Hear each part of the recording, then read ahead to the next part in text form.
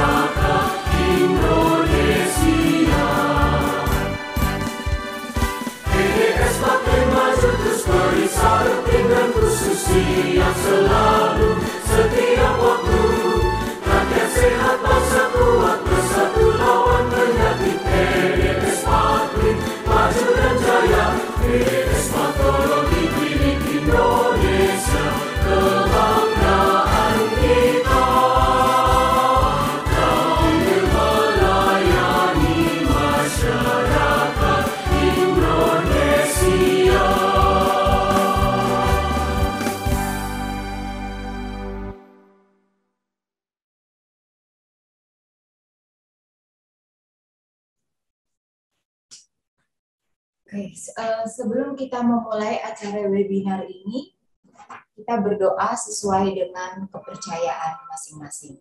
Doa dimulai.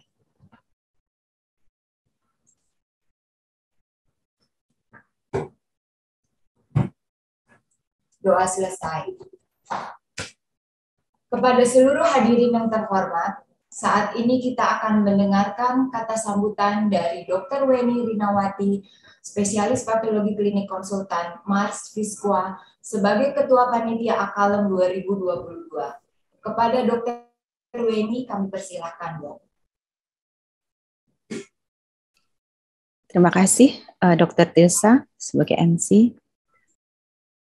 Yang terhormat Menteri Kesehatan Republik Indonesia dalam kesempatan ini diwakili oleh staf ahli bidang teknologi kesehatan, Chief of Digital Transformation Office dan Kepala Pusat Data dan Informasi, Bapak Setiaji ST MSI, Ketua Umum Pengurus Pusat PDS Patklin, Prof. Dr. Aryati MS SPPK Konsultan beserta jajarannya, seluruh undangan, narasumber dan moderator, our most honorable Prof. Kosrof Adali, good morning and welcome to Indonesian Aqualem, serta seluruh peserta webinar. Assalamualaikum warahmatullahi wabarakatuh. Selamat pagi dan salam sejahtera untuk kita semua. Selamat datang di acara Aqualem yang ke-19 tahun 2022. Perkenalkan, saya Weni Rinawati sebagai Ketua Panitia. Alhamdulillah, puji syukur kepada Tuhan karena telah diberikan kesehatan dan keselamatan hingga hari ini, meskipun kita telah mengalami kondisi pandemi COVID-19 selama 2 tahun. Akan tetapi kondisi pandemi COVID ini telah membuat kita beradaptasi dengan kehidupan normal baru. Banyak sisi positif yang kita dapatkan, termasuk diantaranya adalah kita terbiasa mengadakan kegiatan atau event secara daring seperti saat ini. Kita semua dapat berkumpul dan saling berbagi informasi yang bermanfaat, tidak terbatas ruang dan waktu. Prof, Dokter, dan rekan sekalian yang kami hormati, kegiatan Aqualem ini merupakan event rutin tahunan yang diselenggarakan oleh INAEKAS bersama dengan PDS Patklin. Tahun ini kami mengambil tema kegiatan yaitu Quality Management in Health Digital Transformation Era. Seperti kita ketahui, Kementerian Kesehatan pada tahun 2021 telah meluncurkan cetak biru strategi transformasi digital kesehatan yang akan diharapkan dapat terimplementasi secara penuh tahun 2022. Terkait dengan hal itu, dunia laboratorium tidak terlepas dengan peran teknologi informasi pada seluruh aspeknya, mulai dari pre-analitik, analitik, dan pasca-analitik. Seluruh SDM laboratorium, khususnya dokter spesialis patologi klinik, harus mampu berperan aktif dalam proses digitalisasi ini dengan tetap mengedepankan etika kedokteran serta mutu dan keselamatan pasien. Prof, Dokter, dan rekan sekalian yang kami hormati, untuk acara yang diselenggarakan 2 hari ini terdapat 481 peserta yang telah terdaftar, termasuk diantaranya adalah 426 peserta seminar, meliputi profesi dokter spesialis patologi klinik, dokter umum, ATLM, dan yang lainnya dari seluruh Indonesia. Mungkin bisa kami sebutkan berasal dari Jabodetabek, Aceh, Sumatera, Jawa Barat, Jawa Tengah, Jawa Timur, Kalimantan, Bali, Sulawesi, Ambon, dan Papua. Prof, Dokter, dan rekan sekalian yang kami hormati, atas seluruh nama panitia, saya mengucapkan terima kasih yang sebesar-besarnya pada PP PDS Patklin, para undangan, pembicara, dan moderator, seluruh mitra kerja, dan seluruh rekan-rekan yang telah berpartisipasi. Saya mohon maaf apabila ada kekurangan dalam pelaksanaan kegiatan ini. Akhir kata, semoga kita semua diberi kesehatan dan selamat mengikuti webinar dan workshop. Semoga menjadi ilmu yang bermanfaat bagi kita semua. Untuk dokter sekalian, saya sekaligus mengucapkan selamat Hari Bakti Dokter Indonesia ke-114. Wassalamualaikum warahmatullahi wabarakatuh.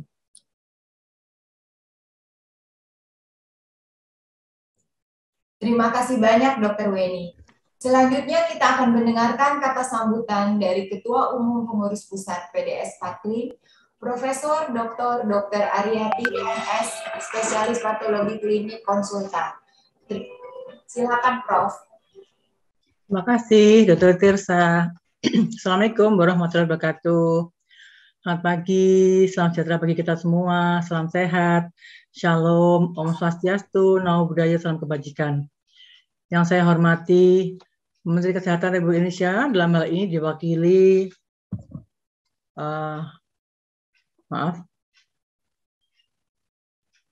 diwakili oleh Bapak Setiaji STMSI, staf ahli bidang teknologi kesehatan dan Kepala Pusat Data Informasi serta Chief of Digital Transformation Office, dan para narasumber, moderator, seluruh peserta webinar Aqualem.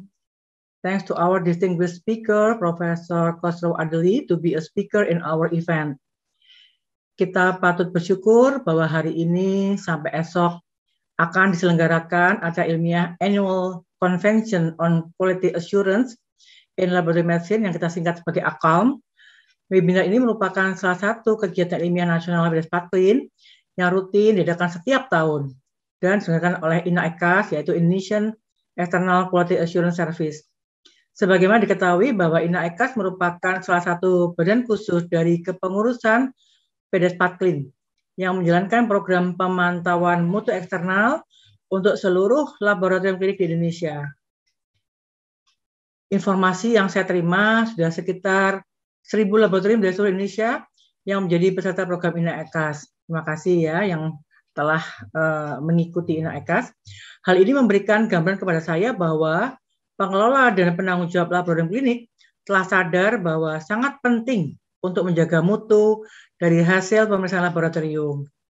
Hal ini tentunya untuk menjamin patient safety.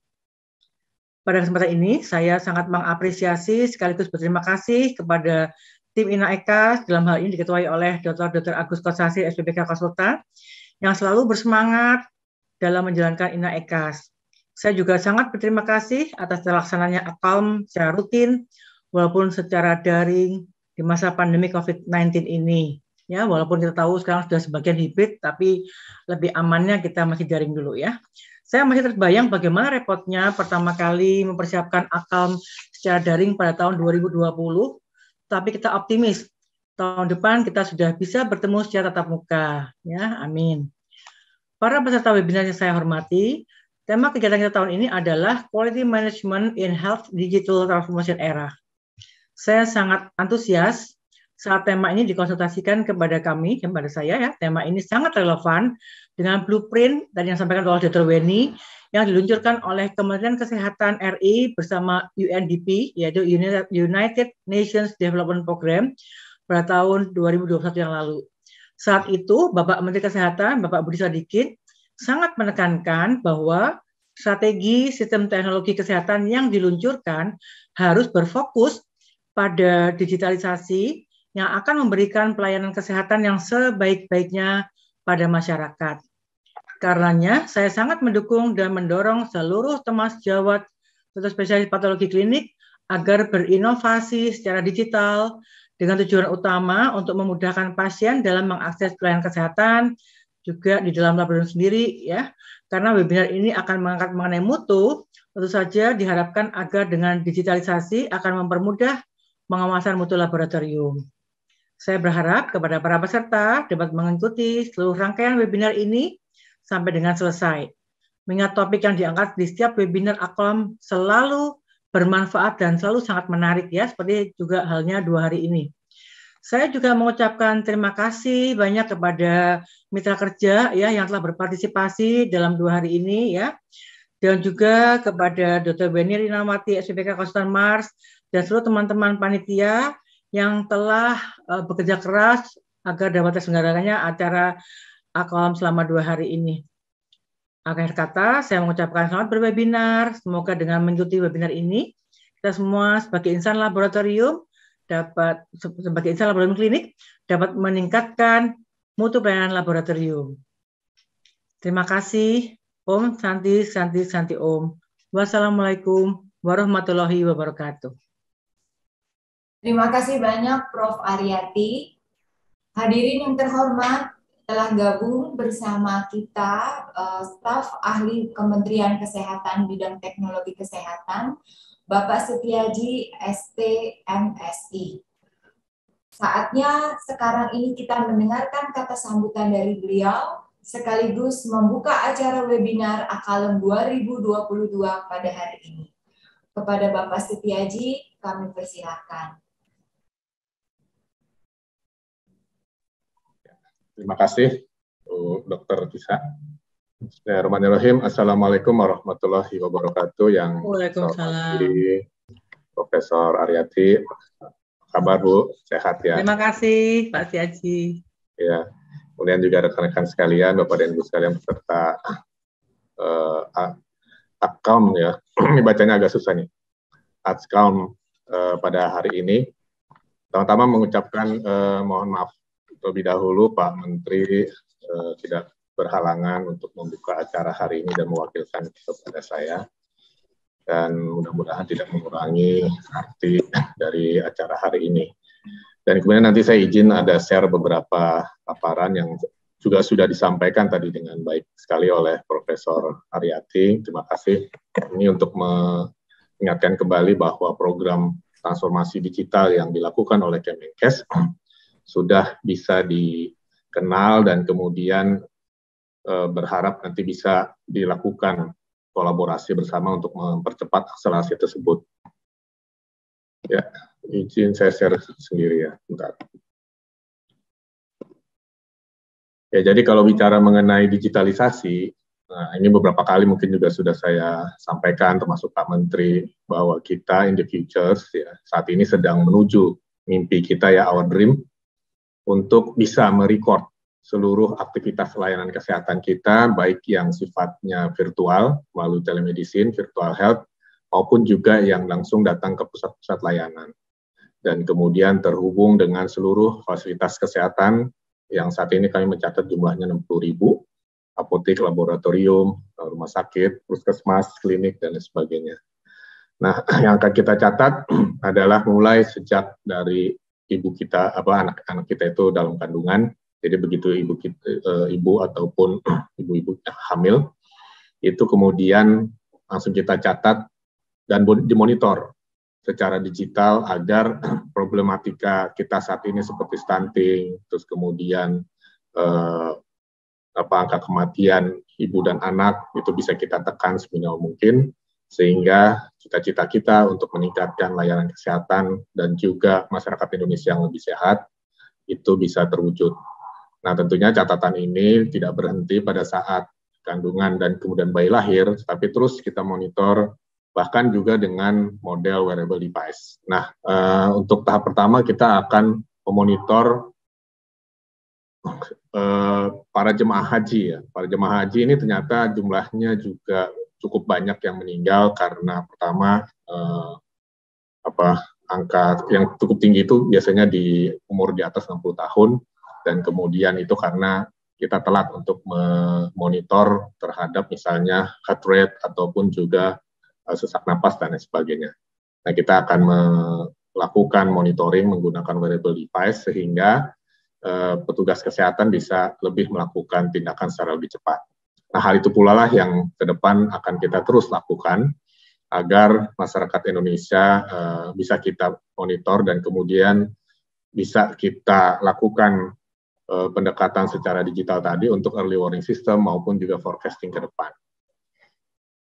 Nah, untuk menuju ke sana tentunya tantangannya juga sudah banyak kita ketahui bersama ya. Nah, sekarang bagaimana tantangan ini bisa kita eliminir dan kemudian bisa kita kurangi hingga peningkatan aksesibilitas termasuk juga layanan kesehatan ini bisa kita tingkatkan. Kita ketahui kendala kapasitas kesehatan ini kalau kita ngebangun infrastruktur itu butuh lama ya, seperti rumah sakit, layanan kesehatan dan sebagainya. Nah, teknologi ini diharapkan bisa mengisi gap antara kebutuhan tadi.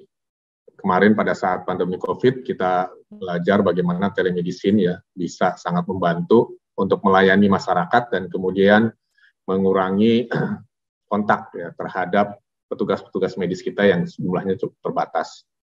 Dan tentunya hal tersebut juga diiringi dengan beberapa permasalahan yang lain seperti data availability, belum lagi kita ngomongin kualitas data diskrepsi dan sebagainya, termasuk juga bagaimana kita bisa menggunakan data ini ya, membaca data khususnya para nakes itu juga hal-hal yang perlu kita fokuskan sehingga kita berharap nanti kekurangan talenta ya khususnya digital health informatics ini bisa kita kita kurangi sehingga teman-teman juga bisa memahami data dan biasa menggunakan data untuk digunakan sebagai bukan hanya knowledge tapi juga untuk wisdom-nya.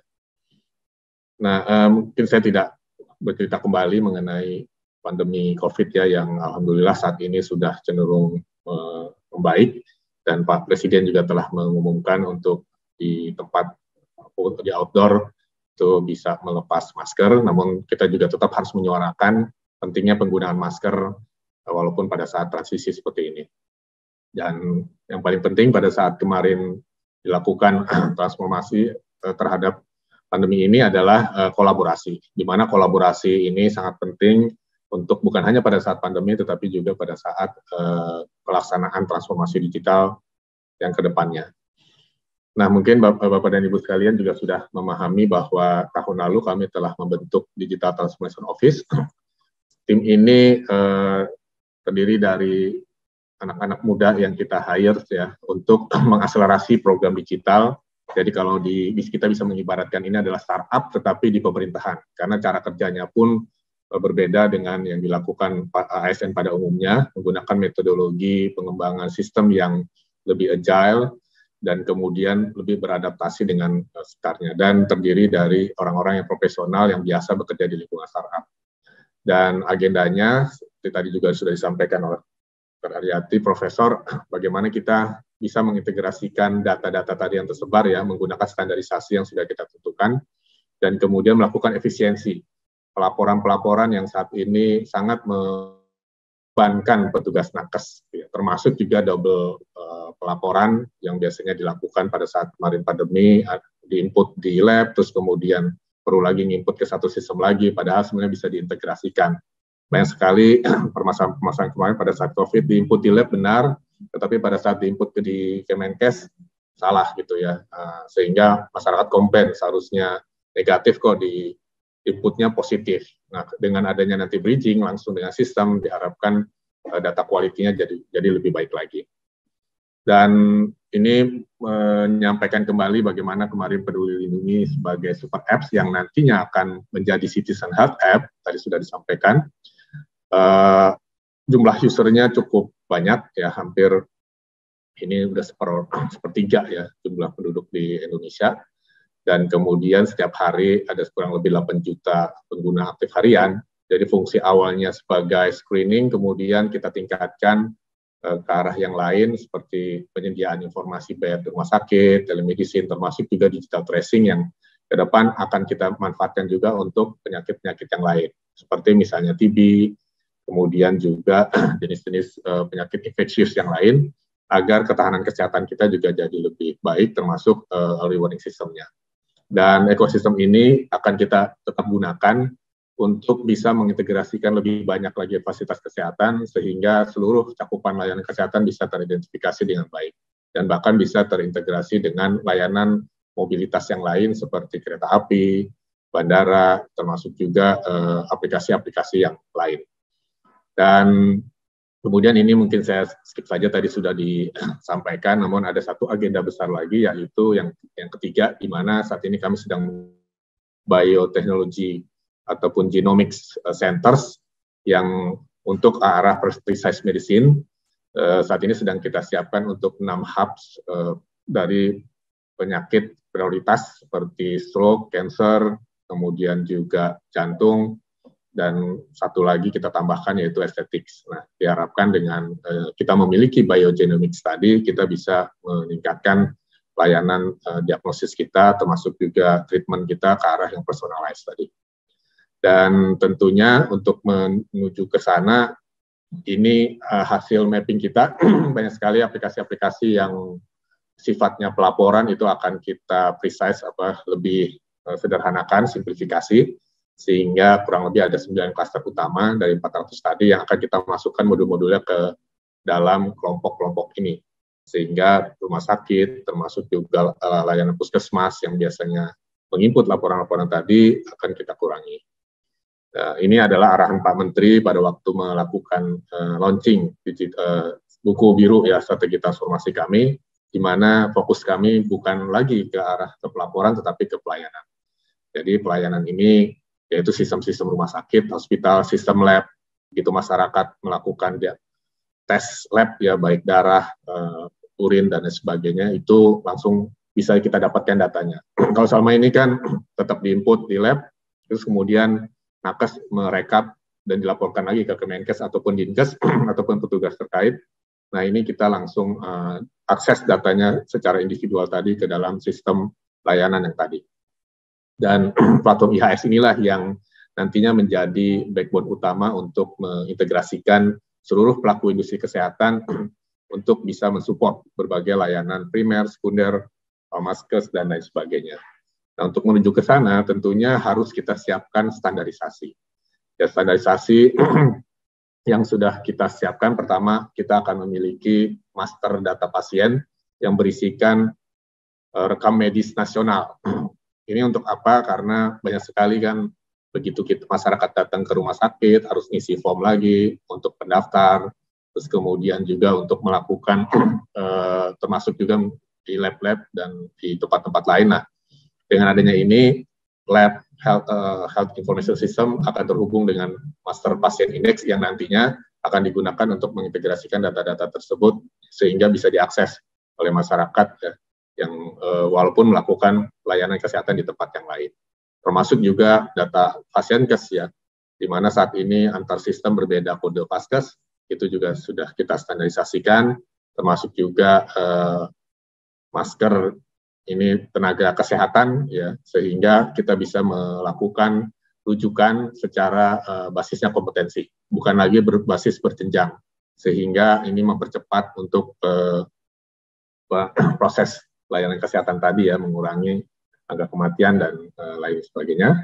Serta kemudian yang paling agak ribet ini di produk-produk alat kesehatan ya, yang jumlahnya luar biasa, itu juga sudah kita siapkan menggunakan beberapa standarisasi dan juga termasuk data-data layanan menggunakan ICD-10. Nah, untuk lab sendiri kita menggunakan logins dan kemudian layanan tindakan menggunakan SNOMED dan lain sebagainya, itu kita gunakan standarisasi yang sudah ada agar lebih mudah dipergunakan. Nah, untuk pertukarannya kita menggunakan HL7 Wire dan saat ini kita sedang melakukan uji coba dan alhamdulillah sudah kurang lebih 68 institusi yang ingin melakukan testing uji coba ke arah Indonesia Health Service. Nah, kami mengundang seluruh partisipan, stakeholder dan lain sebagainya untuk bisa melakukan testing untuk bisa terintegrasi dengan Indonesia Health Services agar super apps Peduli Lindungi ini yang nantinya berisi electronic personal health record bisa terintegrasi. Masyarakat jadi bisa mendapatkan rekam medisnya secara langsung menggunakan aplikasi Peduli Lindungi. Insya Allah nanti di bulan Juli kita akan launching ini, kick off, dan kita sudah mulai memperluas cakupan sertifikat vaksin bukan hanya COVID, tetapi juga imunisasi rutin. Ya, kemarin sudah dicanangkan Bian. Jadi begitu anak-anak kita melakukan imunisasi BCG, polio, dan lain sebagainya, itu akan muncul juga di dalam aplikasi Peduli Lindungi ya, yang sudah berbasis Citizen Health App ini. Termasuk juga bagaimana kita mendorong promotif preventif, di mana saat ini kecenderungannya masyarakat lebih ke kuratif, kita akan melakukan semacam promotif preventif melalui reward ya. Jadi begitu masyarakat kita melakukan aktivitas kesehatan seperti jalan kaki, terus kemudian menggunakan sepeda, itu akan mendapatkan poin, dan kemudian nanti bisa terintegrasi dengan sistem retail dan lain-lain. Nah, kemudian untuk memsimplifikasi dan membantu para nakes yang khususnya di Posyandu, karena Pak Menkes juga melakukan transformasi dari sisi layanan kesehatan di Posyandu.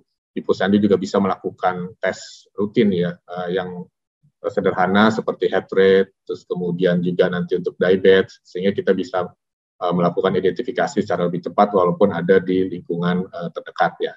Nah, aplikasi ini sudah kita siapkan. Dengan adanya ini akan mengintegrasikan banyak sekali aplikasi-aplikasi yang sejenis ya, dengan hanya satu platform tersebut, satu aplikasi ini. Nah, ini adalah bagaimana kami mensimplifikasi layanan yang tadi sehingga beban para nakes bisa terkurangi. Dan tentunya untuk menuju ke sana, penerapan rekam medis elektronik ini haruslah kita lindungi secara data, secara informasi, dan secara pertukaran datanya, apakah menggunakan opt-in, opt-out, dan kemudian persetujuan konsen, dan kemudian juga governance-nya, sehingga data-data tersebut juga tetap bisa diakses oleh para pemerintah seperti di Dinkes maupun juga Kementerian Kesehatan, termasuk juga akademisi. Bisa memanfaatkan data-data ini untuk kepentingan research dan analisis yang lebih baik lagi. Dan yang terakhir, tentunya kami berharap ekosistem ini bisa terus terjaga, jadi bukan hanya pentahelix, tapi sudah hexahelix, bisa kita teruskan dan bisa kita kolaborasikan lebih luas lagi agar agenda besar kita untuk melakukan transformasi tadi bisa segera tertuntaskan. Dan kemudian kami mengundang juga nanti para inovator untuk melakukan testing ya terhadap inovasi-inovasinya ke dalam regulatory sandbox, sehingga dipastikan comply terhadap teknisi, terhadap perlindungan data pribadi, termasuk juga persyaratan-persyaratan lain yang akan direview oleh para pakar, dan kemudian kalau sukses uji coba akan mendapatkan lisensi, sehingga bisa memberikan keamanan dan kenyamanan para penggunanya, ya, masyarakat, karena sudah dilisensi oleh Kemenkes. Dan ini untuk bagaimana bisa berintegrasi dengan IHS, jadi silakan masih ada waktu ya untuk pendaftaran dengan alamat ini di teoritemkes.id. Nanti di bagian depannya itu ada banners untuk bisa bergabung dalam beta testing ini. Dan demikian ini sedikit pengantar dari saya dan arahan Pak Menteri bagaimana perlunya akselerasi transformasi digital agar momentum saat ini bisa kita manfaatkan dengan baik. Dan dengan mengucapkan Bismillahirrahmanirrahim, acara webinar dan kemudian conference pada hari ini berkaitan dengan Quality Management in Health Digital Transformation Area, saya buka. Semoga Bapak dan Ibu sekalian bisa mendapatkan hal-hal yang lebih positif lagi untuk membantu akselerasi digital transformasi, khususnya peningkatan layanan kesehatan di Indonesia yang lebih baik. Demikian, wassalamualaikum warahmatullahi wabarakatuh. Terima kasih banyak Bapak Setiaji atas kata sambutan, pembukaan sekaligus keynote lecture-nya yang berjudul Digital Transformation Strategy in Healthcare. Berikut saya bacakan CV dari Bapak Setiaji. Boleh ditampilkan untuk CV dari Bapak Setiaji.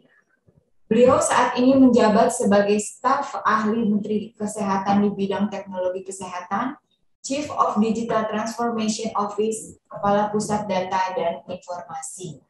Riwayat pendidikan beliau, Sarjana Teknik Informatika dari Universitas Gunadarma, S2 Administrasi Keuangan Daerah dari Universitas Indonesia.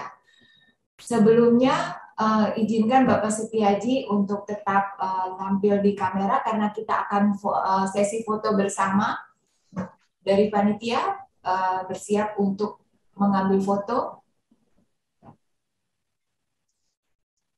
Saya kasih aba-aba, 1, 2, 3. Ya. Terima kasih banyak Pak Setiaji atas waktunya dan paparannya yang sangat menarik.